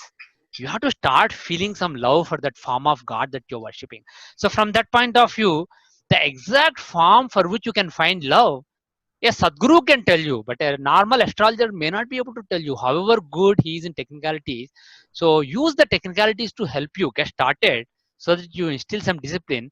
But eventually, if you, for some reason, you are finding love for a particular form, don't be distracted by the stupid rules of astrology practiced by stupid people like me. You should basically listen to your heart. Then you will really find God. I want to thank you so much on this point. You know, way back when I was in your forum, Yahoo Group's Vedic Astrology, and at that time, a phase started for Atmakaraka, Nomansh, and finding your Ishta Devta. And everybody was in that way Yeah. wanting to find out. Yeah. What I did is I never bothered. Of course, Mhm. I was known to you. I could contact you. I could contact Sanjay ji, Vishti, and everybody and find out what my Ishta Devta is. What Yeah. I did, I never bothered to look at my horoscope on that. Never Mhm. bothered to calculate and find that out. Mhm. Automatically, I started praying to Lord Hanuman. I fell in love with him, Mhm. and I would recite throughout the day Hanuman Chalisa. Yeah. After few years, 2, 3 years or something like that, Mhm. and Vishti and at the same time Sanjay ji saw my horoscope and said, "Your Ishta Devta is Hanuman." See, sometimes it can automatically happen. Exactly. That's what I say. You got to, it should come Yeah. from your inner Yeah. side rather than Right. somebody telling you and you feel it. And also, I tell Right. people the way to connect to God, the feeling that love is to read mythology concerning that particular God. If you want to connect, the Yeah. more you read, you Immerse. feel the love. Immerse yourself in thoughts of that God. Learn the stories of that God, because they work symbolically on your mind. When you have certain aspects of the story, like he's a brave person, but he's very humble person. He has so much energy, but he's humble. You imbibe those qualities. So when you say a particular name, set of names, or unfortunately, when you do a simple mantra, the mantra itself has lot of imagery of the god, but because people don't understand the meaning of the mantra, reading all the stories about that god will be very helpful. You will, all the symbolism of the god, because gods are just personifications of aspects of your own consciousness. They are basically subtle aspects of your consciousness. They are just personifications. So you contemplate one particular story, that aspect of your consciousness will awaken. It will wake up and it will start guiding you more. And here I want to say one more thing. The standard gods like Ganesha, Kartikeya, Shiva, Vishnu, Rama, Krishna, Narasimha, Durga, etc. These are suitable for all people. But the thing is, there are some devatas like Mahavidyas. These have become fashionable in the astrological community to look at the horoscope and pick a planet and identify those planets with the Mahavidyas. For example, if you study the tantras carefully, there are different mappings given for planet to Mahavidya. So it's not a done deal. The mapping is not a done deal really. Definitely there are corruptions. And secondly, Mahavidya, as the name implies, is supreme knowledge, highest knowledge. That means when somebody is nearly desire free, when there is no desire, when they are nearly free, but there is something hanging in the mind to flush off that subtle conditioning in the mind. These are the devatas. These are really supreme devatas, all these Mahavidyas. And pupils just say, oh, you have a litigation, do Baglamukhi. Or you have so and so Rahu problem, do health problem, do Chennamasta. What? Look at Chennamasta. Her symbolism is she cut off her own head and holding the head. And when there is a blood oozing out of the neck, she's basically drinking that blood, and then she's standing on the top of two copulating couple. Now the thing is, this is too hi-fi and imagery. So somebody who doesn't really have any sense of ego, the head cutting off the head is your ego, zero ego. But the thing is, what does that blood symbolize? There is obviously some higher imagery here, and you worship her for some stupid Rahu health problems. That is really silly. So Mahavidyas, I strongly recommend, don't go near Mahavidyas. So Mahavidyas are like postdoctoral professors. So if I, you are in the I high have school or seen college, people getting, not doing it properly and getting into troubles. yeah, you can that, and the thing, because the thing is, what they care about is no conditioning, free. You don't need anything, be free. But when you badly need some things in your life, You can't really, if you suppose you go to a coach who can't take a who coached Sachin Tendulkar or Virat Kohli, and who can't basically put up with nonsense. He will put you through such terrific regime that you won't be able to take it. So why first work with some regular high school coach and hone your game, then you can go to a higher, a better coach. So the thing is, just because the name has Maha, don't think that you'll get Maha results by worshipping them. Then that is just greed. You Great. want Mahavidyas are not for greedy people because they want Vidya is not enough for them. They need Mahavidya. No, that's not how it works. When you are sufficiently elevated, you don't really need too much. And the little bit that you still need from the world, you want to cut off those attachments, those likes and dislikes. For such people, Mahavidyas are the devatas. So for 99.99% of the people, don't do Mahavidyas. Mahavidya will come to you. You don't go to a Mahavidya. Somebody elevated will tell you about a Mahavidya when the time comes. So I say, don't do Mahavidyas for little mundane things. You said about the complicated process. You perfectly put it out. Now, in India, Yeah, normally, for the common man who's not a pandit, who's normal, you know, uneducated, illiterate, the yeah, easier things have been and very powerful, I presume, is Ram Nam Jap. You know, yeah, say for example, Ram Nam Jap. yeah. Now, how it is to be done? Can today's youngsters do it? Is it very effective? All kind of stupid questions I'm going to ask you. Do you propagate that or Harina, See, whatever? yeah, just Hari, Hari, Hari, or Ram, Ram, Ram. Or if you want a slightly longer mantra, Sri Rama, Rama, Rama. Or you want a slightly longer mantra, there are other mantras. So you can take simple mantras or long mantras. It's not in the length of the mantra. Even though there are rules like based on the number of words and number of letters in the mantra, there are some rules. I say forget about all those. If you find attachment to a particular mantra, whether it's just Shiva, Shiva, Shiva, or Om Namah Shivaya, Om Namah Shivaya, pick the mantra and just do it. And in the beginning you can do it without any ritual. You can just chant the mantra whenever you feel like it. Or you want to provide some structure that makes you feel good about what you're doing, feel pious about what you're doing. You can take an idol or a shivalinga, or go to a puja room, or light a lamp, and then you can basically imagine God there and chant the mantra for half hour. I have a Or query. if you are Yeah. if you are interested in a homa, you can do a very simple, very super short procedure from the homa manuals. You can light the fire, make those 5 basic ahutis, and then keep chanting the mantra with a drop of ghee or drop of sesame oil. And at the end there are again another 6 basic ahutis that you make, and you're done. So you can do a very simple, and if you can't do a fire, you can do a lamp and put drops of oil or ghee there. Come up with a simple procedure so that you don't feel lazy, so that you can instill some discipline, and that way you can keep going. And once you develop that attachment with that mantra, do it outside of the ritual also. Whenever you feel like it, keep chanting it. And there's nothing better than chanting the name of God. It at least distracts you from unnecessary thoughts that are eating away your energy, and creates the right frame of mind to take the right decisions. What I do when I'm uh, tired or I finish some work or even in any activity, every hour or I just repeat Narayan, Narayan. Yeah, It's something like that. Or like Vishnu Sahasranam, in Vishnu Sahasranam, the Falastuti Parvati is doing, Goddess Parvati is doing, Lord Shiva comes and says, Ki, what are you doing, Vishnu Sahasranam? So instead of that, just recite the name of Rama 3 times. It's yeah, it equivalent to says, Vishnu Sahasranam. yeah, it basically specifically says Sri Rama, Rama, Rama. This mantra, if you chant, it is equivalent to reading Sahasranama Tattulyam. It is equivalent to reading the 1,000 names. So it specifically said Sri Rama, Rama, Rama. The 7-letter Amrita mantra is very powerful. If you say it once, that is enough. That is, but the thing is, you can't be greedy there. Is Oh, it instead of Rama spending Rama Rama or is it Sri Rama, Rama, Rama. What that mantra specifically saying is Sri Rama, Rama, Rama. This particular mantra, if you say it, it is equivalent to saying Vishnu Sahasranama, the 1,000 names. 1,000 names, So which is considered that the is why most this month, powerful one? yeah, this is considered Amrita mantra, Sri Rama, Rama, Rama, the 7-letter mantra. It's an Amrita mantra. So you can do that. But the thing is, again, you can't be greedy. You can't say, instead of spending 15 minutes doing that, I'll just say Sri Rama, Rama, Rama, 10 seconds, and I get the result. No, you have to do it 15 times or 20 times. You have to do it 15 minutes or half hour or 1 hour. You have to do it for sufficiently long. And the thing is one thing, when you're chanting a mantra, your mind will be distracted.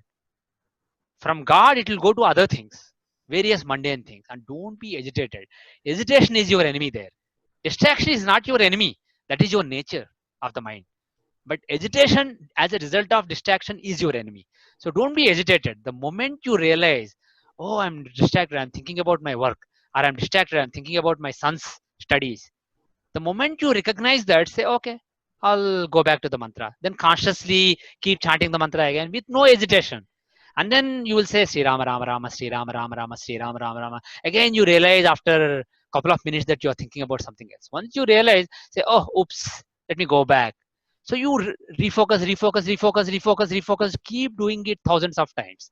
Because if you start saying, oh, man, why am I agitated? Why am I distracted? I am a bad person. I don't know how to focus. So you start now. It is kind of like when I'm speaking in a public setting, a heckler has come and disturbed me, and I start to debate with that heckler. That is unproductive. Instead, let the heckler say whatever he wants to say. Then I move on and say whatever I want to say. Similarly, when distraction comes, nature of mind is to be distracted. It can't focus on one thing. So you have to keep bringing it back and focus, bringing it back and focus. Keep doing it. And the thing is, if you do it thousands and thousands and thousands of time, eventually the mind may be so focused for a few seconds that all other thoughts have evaporated. And believe me, when that happens, even for a few seconds, the kind of bliss that you find in your mind is nothing. So that basically awakens the God who's within you. And when that happens, that God will start guiding you, and then things will really start happening for you. And that Common is far question. better than doing a deterministic puja with a deterministic ritual. There you are taking advantage of some lower level energies that have been created on earth.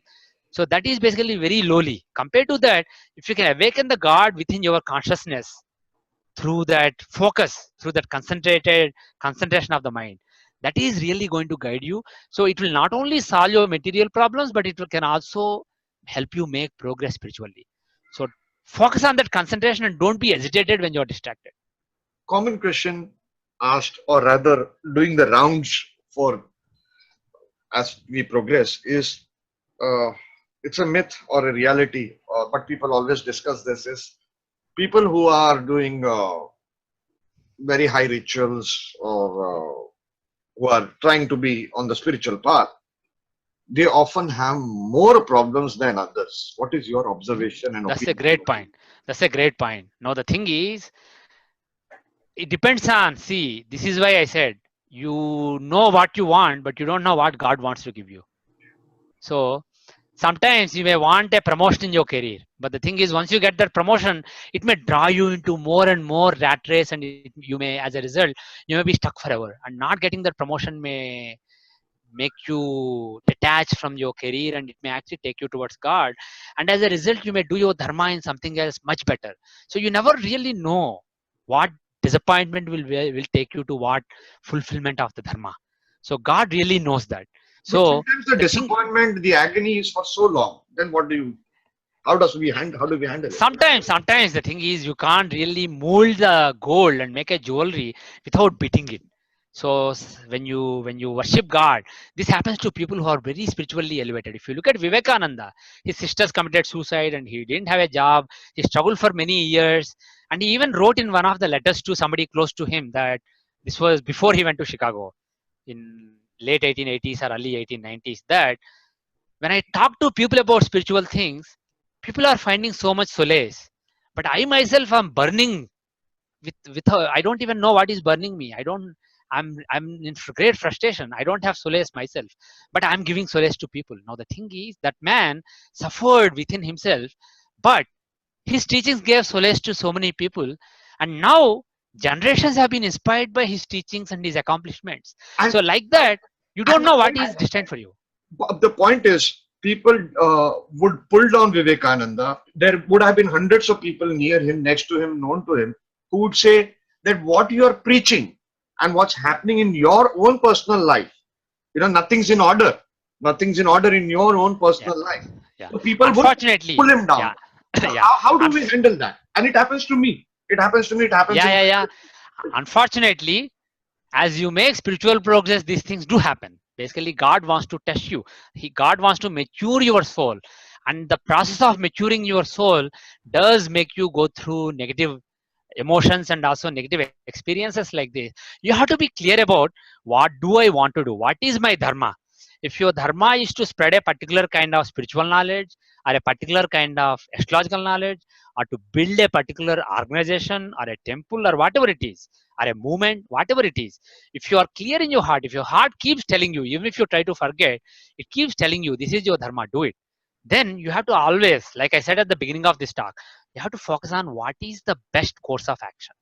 And if you think that the best course of action is to keep going and not worry about what is happening, you just keep going, and in the end it will make sense. Unfortunately, for people who do long lasting things, people like Vivekananda, things won't make sense in the short term, things will only make sense in the long term. For people who have for whom things make sense in the short term, probably what they build will not last long. People who build long, for them it takes a long time, because they really have to go through that churn. So what I say is, if such a thing is happening to you, don't worry about it. Listen to your heart. If you know that this is the right thing, this is my dharma, right or wrong, this is my dharma, I need to be doing this, then do it. And only thing is, if you are having to constantly battle, engage in battles that are unproductive, ask yourself, what are the battles that are productive? Is this battle, can this battle be fought better? In which case, try to do that. If not, is there a better battle that I should fight to do the same goal, to for the same dharma in the end? So always focus on what you are doing and why you are doing it. Be clear about it in your mind. What is it that you want to achieve, and the path that you are taking, is it really the best path for that, based on what you are capable of doing at that time? So if you do that, the thing is, there may be a lot of material setbacks around you. Even when you're doing the best thing, even if you're building the best temple in the world or building the best movement that will give guidance to people for 400 years, still God will test you. And unfortunately, that is how the world is made, and this happened to all great people. So the thing is, and now taking a step back in general, if you are making spiritual progress and if bad things are happening to you, be clear. Is it that the material things you want, suppose you are asking for promotion and promotion is not happening, but you are finding some peace. If that's what you want, if that is good with you, go with it. But if you still want that promotion, be a little more forceful. God, I think I really wished I could get that promotion, please give me that promotion. But all I'm saying is, there is, as far as I'm concerned, there's no way to guarantee that, there's no ritual that guarantees it. you know, I, So don't. I'll tell you why this point. Because here in India, if a man dies out of some really bad disease like cancer or this and that, Yeah, yeah, we yeah. try to hide it. We try to hide it Mhm. from everybody. Why? Because we Indians, we always gossip, and we gossip that, hey, see, he did so many rituals throughout. We went to thousands of temples, morning, evening. He was sitting Yes, in yes, yeah. sadhana, Yeah, but see what yeah. happened. He died out of cancer. Here we Look, do that guys, gossip. if you look at Ramakrishna Paramahamsa, he is one of the greatest saints who came in the last 2000 years. And Ramakrishna Math and Vivekananda's teachings guided, they continue to guide generations of people in all walks of life. Some great politicians right now are influenced by their teachings. Some great filmmakers in many areas of life, people have taken inspiration from their teachings, and they have done something really sustainable over a long period of time, hundreds of years after they left the earth. Now, the thing is, how did Vivekananda die? He had heart problems, he had blood problems, he had so many problems. He died before the age of 40. And look at Ramakrishna, he died of cancer. He had a throat cancer. If you look at the last photo, he was so thin, he was emaciated. He really suffered. He could not even swallow anything towards the end of his life. And this is how these guys died. So the thing is, the myth that if you do sadhana, you are in good health or you are perfect, material prosperity, this is all nonsense. Basically, if that is what you care for, and God thinks that, okay, this is all this guy deserves in this life, God will give you that. But the thing is, if I like to think whatever remaining pending karma was there was taken away by that disease. I like to think like that. that is one thing, and also sometimes such people take on new karmas. Yeah. Even if they came without any karmas to earth, they take Others. on new karmas because they want to make some change in the world for the next few hundred years. And for that, suppose a particular politician, instead of running after power and doing some corruption, suppose he has to be fearless and do some good karmas in the world.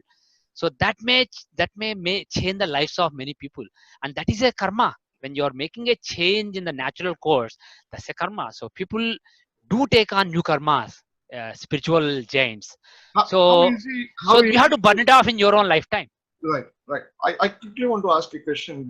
We had Phyllis here, and she's been she is a Westerner. And Mhm. how, Phyllis? Any questions on remedial astrology that you feel from Yeah, the yeah. perspective of Westerners? Can they do it? How difficult do they find? Anything that you want to ask Narasimhaji?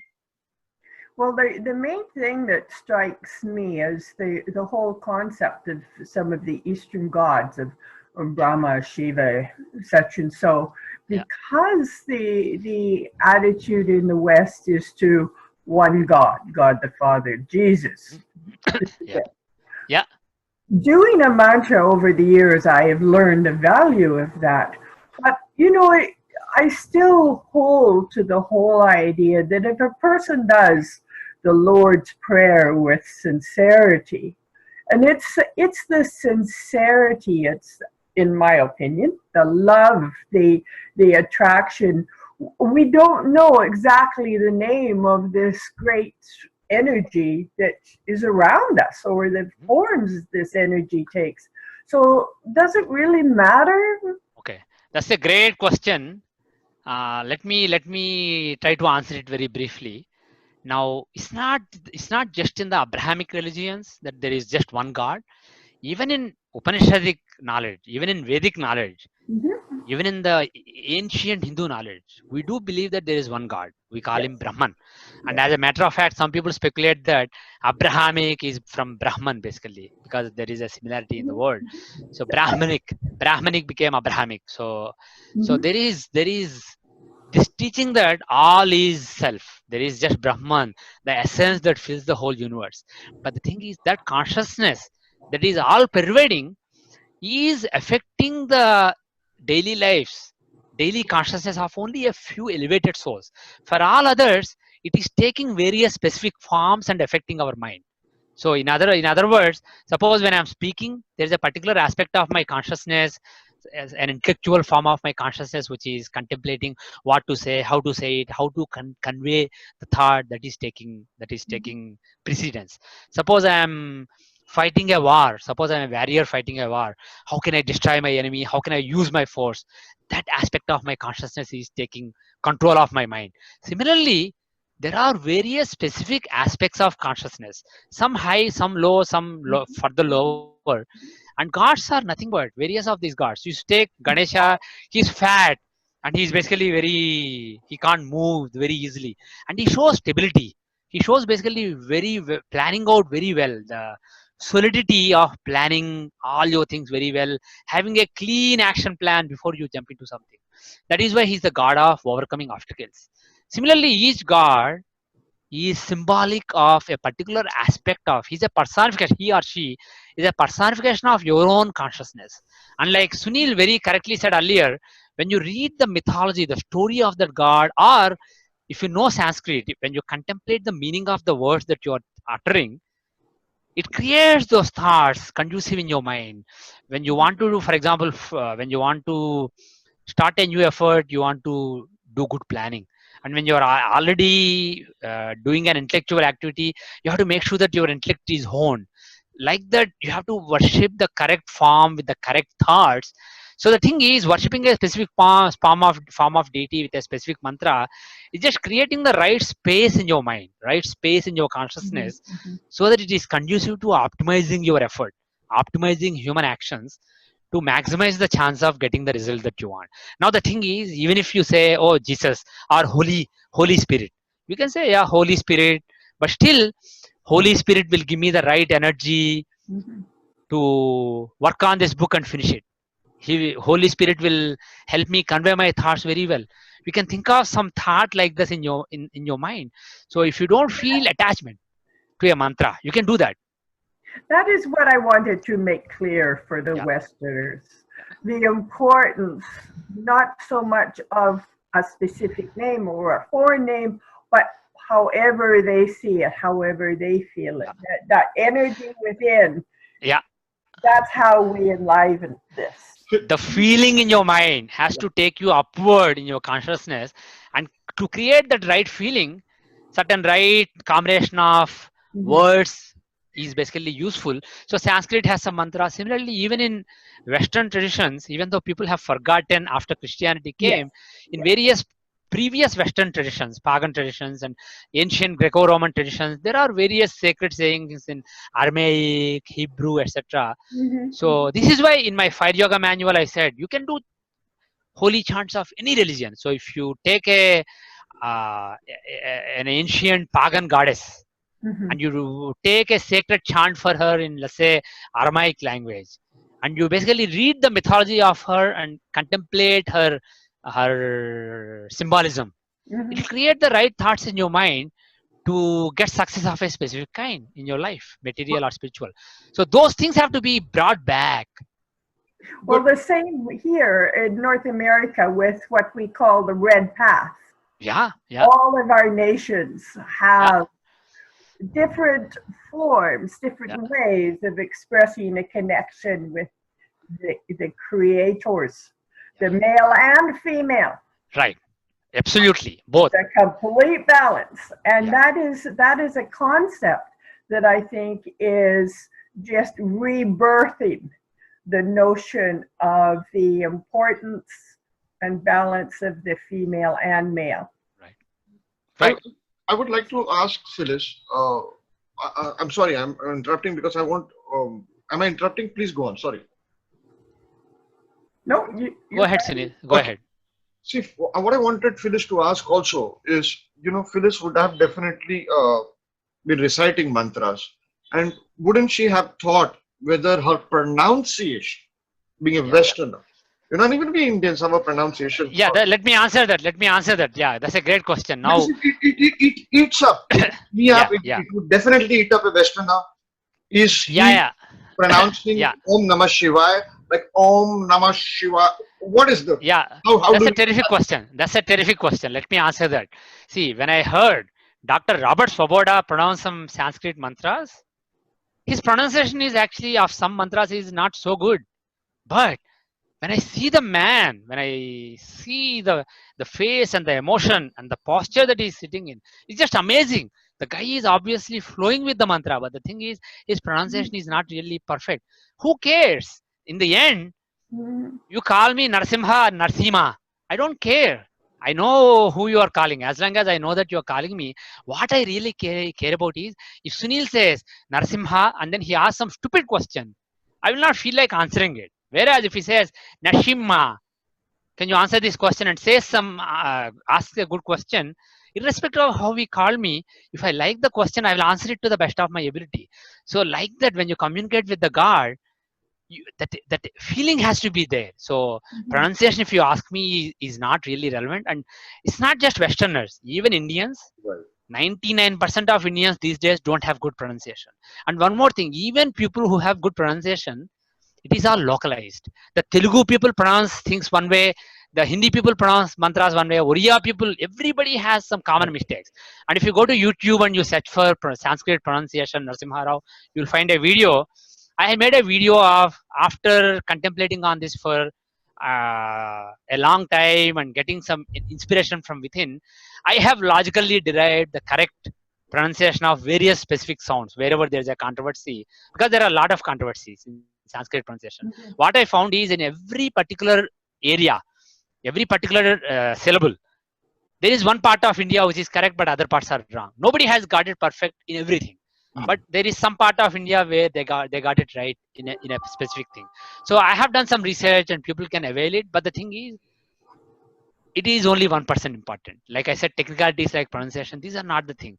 In the beginning, because you don't have anything, read the stories and get the thoughts in the mind and try to pronounce it as well as you can, and try to have some process that you follow, some ritual, some procedure that you follow in the beginning, because that's all you have. But eventually, when you form connection with the God, focus more on that connection, focus more on that feeling from your heart, and let the rules drop by. And I want to emphatically say that pronunciation doesn't really matter. Again, for some specific Siddha mantras where you're following the deterministic path of doing a specific thing for a specific result, that's a different story. But the thing is, forget about it. Let's not talk about it at all. So, for the path of devotion and surrender, which is the only path that we have accessible, that we have access to right now, for that path, all this doesn't matter. Forget about pronunciation. Do the best that you can. One, That would warm the heart of many Westerners yeah. who, like me, their tongue doesn't work. Yeah, I mean, Everybody's tongue has a problem, different problem. Good. for us, our English is we find English also difficult, to pronounce, so Yeah, I can, I know it's been a very long session, but I still am dying to ask, because it's so important for all our audiences and me also, is Diksha important for doing a mantra or remedial measure? Is it? Yes. What is your, because you matured over the years, Excellent. Yeah.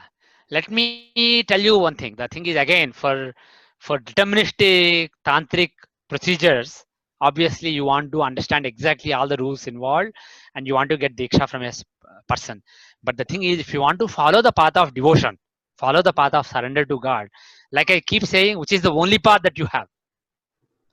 For that path, you don't really need a diksha.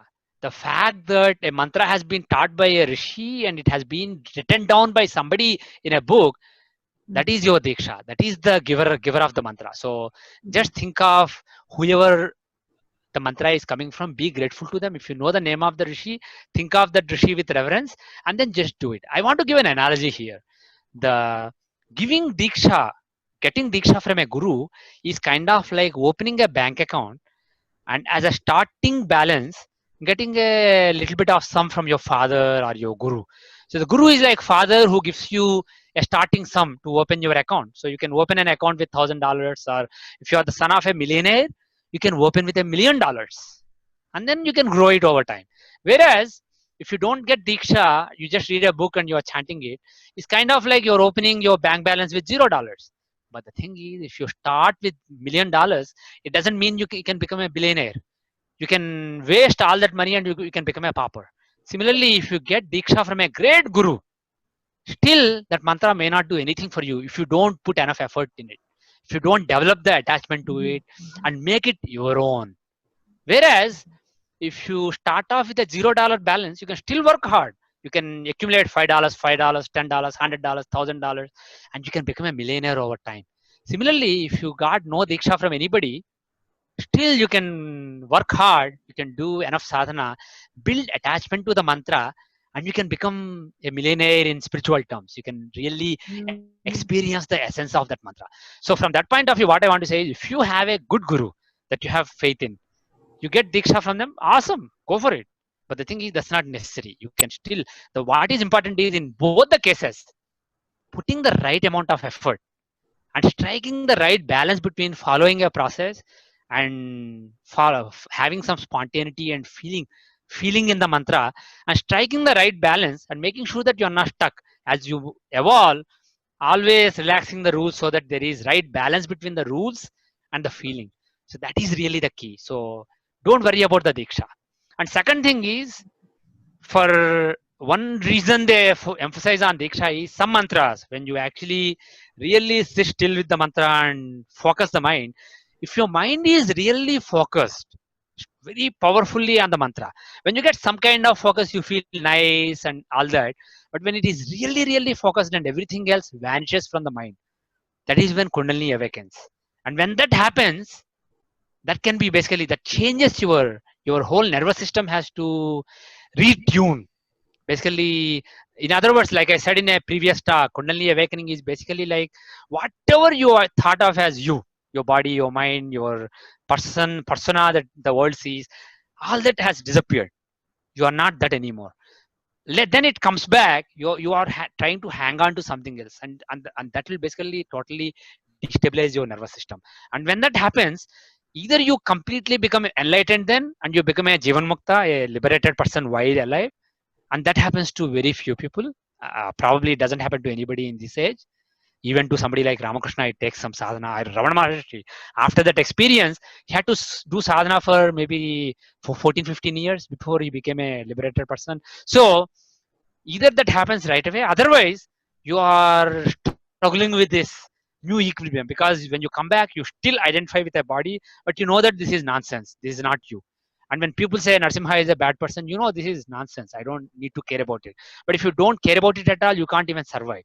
So you have to care, but you don't know what exactly really matters. You're confused. So to strike a new balance in your life and to progress smoothly towards liberation, you need some physical and mental practices are useful. So for that, having guidance from somebody who's himself a liberated being, or who's more progressed on the path to liberation than you, will be helpful. So this is another reason why in scriptures they emphasize having diksha. But point number one, you don't find such a guru in these days. Point number two, you are almost guaranteed not to find such a guru. Point number two, believe me, if you make in this age, if you actually experience something like that and make progress, you will get some guidance from somebody. You will find somebody who will give you guidance. So trust God, have faith in God, and in case something happens to you, like you experience that kind of explosion, the million volt explosion where you completely vanish and you have no clue, and then you come back and you don't know what to do about it, then that you know that that is some kind of kundalini awakening. So if that happens, you will find somebody. And if that doesn't happen, all this doesn't really matter. This diksha, etc., somebody guiding you, doesn't matter. So this is kind of like a two-pronged answer to the question. Yeah. Thank you so Thank you. much. Thank you so much. One last question, if you don't mind. Yeah. And it's a controversial question. And side effects. Have you ever seen side effects of remedial measures? Negative side effects. It can happen. Anything that is done with a desire, when you do something, if it doesn't give the right thing, obviously there can be side effects.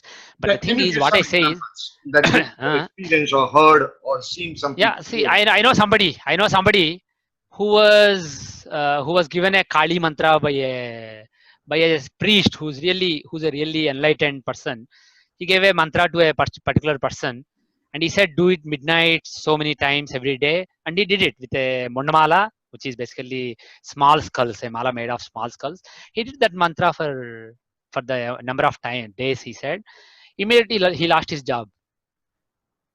Immediately he lost his job. And then some people may look at it as a side effect and see that, oh man, this is problem.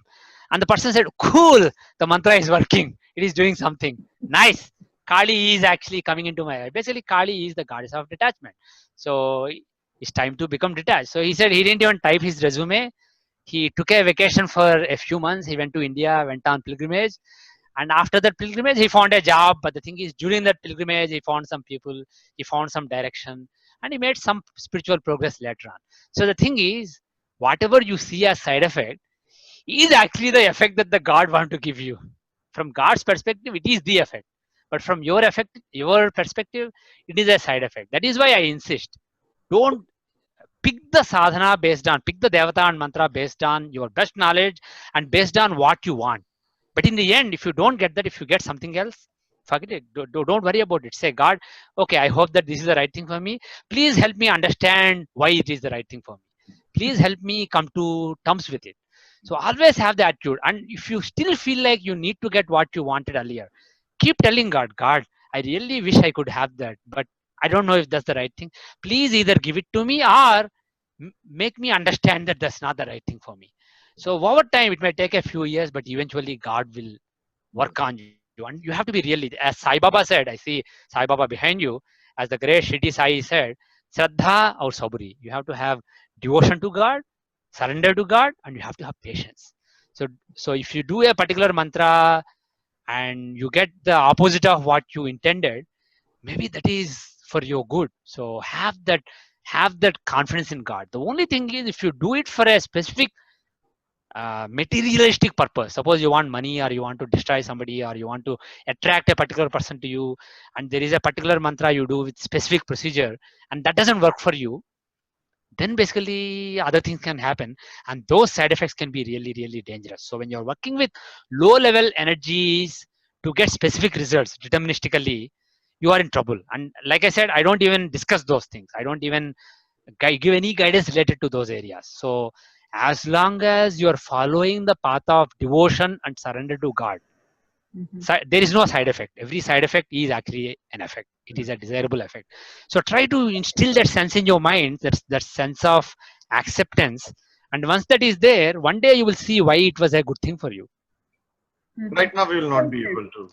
Yeah, but it will take time. But I think that's the right approach. That's it. And I'm sure there will be a lot more questions on this, Sunil. But we'll move on, and we'll do a small session on just astrology now, Right. maybe for another half hour. Right. So we will stop here, and we can do another session on remedies if people have specific and more specific things with More examples, specific etc. questions, So thank you so much for this session, and guys, we'll be back in the next few days with a technical astrological session with PVRG. Thank you so much. My pranam, and it's been a brilliant session. Absolutely brilliant. Thank you. As always. As Thank always. you. Thank you. Thank you.